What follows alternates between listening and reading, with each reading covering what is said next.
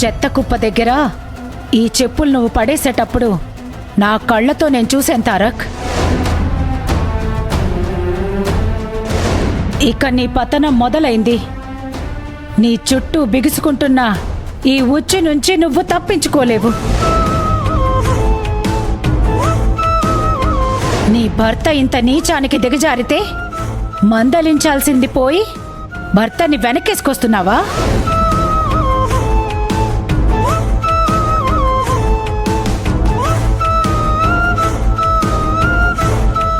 శాంతి చెప్పులు ఆ పైడితల్లి చేతికి ఎలా వెళ్ళాయంటారు తారక్ సార్?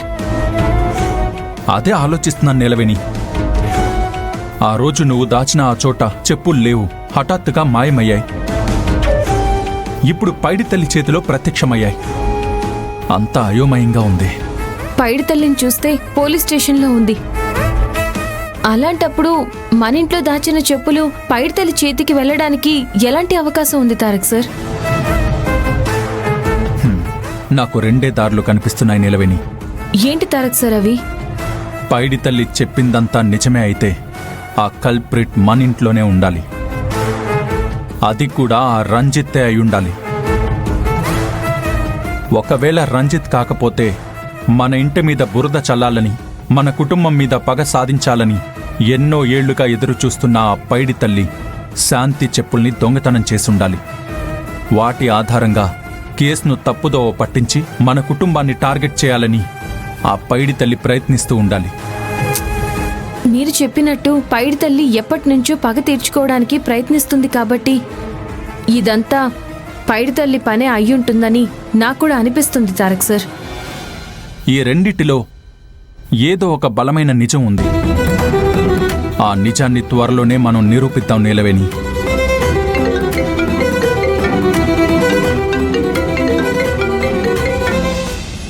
Dad phone చేస్తున్నారేంటి? అంటే విషయం డాడ్ వరకు వెళ్ళిపోయిందంటావా? Hello dad. తారక్, అక్కడంతా ఓకేనా? అంతా ఓకే డాడ్. నాకు తెలుసురా, నేను కంగారు పడకూడదని నువ్వు విషయం దాస్తున్నావని. ఆ పైడి తల్లి మళ్ళీ ఏదో పిచ్చి ప్రయత్నం చేస్తుందట కదా? అవును డాడ్. ఆ పైడి తల్లికి మన వల్ల ఎన్ని ఎదురు దెబ్బలు తగిలినా మళ్ళీ ఏదో ఒక ప్రయోగంతో మన ముందుకు వస్తూనే ఉంది. తనకి ఏదో రోజు గట్టిగా సమాధానం చెప్పాలి. అవును డాడ్.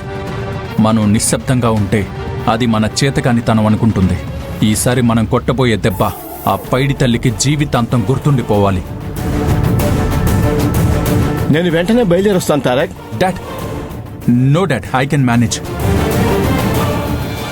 మీ కొడుకు సమర్థవంతుడనే నమ్మకం మీకుంది కదా? అఫ్కోర్స్. కాకపోతే నేను కూడా ఉంటే నీకు సహాయంగా ఉంటుంది కదా? నో ప్రాబ్లం డాడ్, నేను చూసుకుంటాను. అక్కడంతా ఓకే కదా? నా కోడలు ఎదురొచ్చి మరీ పంపించింది కదా, అంతా సవ్యంగానే జరుగుతోంది. మీ కోడలి పాజిటివ్ వైబ్రేషన్ నన్ను కూడా స్ట్రాంగ్గా నిలబడేలా చేస్తుంది డాడ్.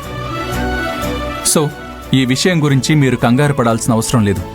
మీరిక్కడికి తిరిగి వచ్చేలోపు అంతా క్లియర్ అయిపోతుంది. ఐ నో తారక్, కానీ ఒక్క విషయం గుర్తుపెట్టుకో. ఆ పైడి తల్లి డ్రామాకి తెరదించడం మనకి ముఖ్యం కాదు, కానీ శాంతిని చంపినవాడు ఎట్టి పరిస్థితుల్లోనూ తప్పించుకోకూడదు. షూర్ డాడ్, వాణ్ణి మాత్రం నేను వదిలిపెట్టను. సరేరా, ఉంటాను. సరే, ఉంటాను డాడ్. సరే నిలవేణి, నేను ఆఫీస్కి వెళ్ళొస్తాను.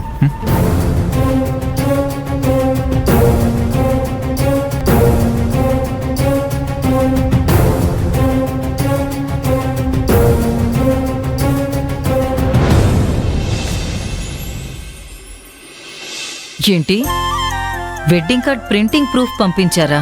దేనికి పంపించారు? ఓ, ఈమెయిల్కి పంపించారా? సరే సరే, నేను చెక్ చేసి మీకు కాల్ చేస్తాను. ఏమైందత్తయ్య, ఏదో చెక్ చేసి చెప్తానంటున్నారు? ప్రింటింగ్ ప్రెస్ నుంచి కాల్ చేశారు హరిత. వెడ్డింగ్ కార్డ్ ప్రూఫ్ ఈమెయిల్ ఐడికి పంపించారంట.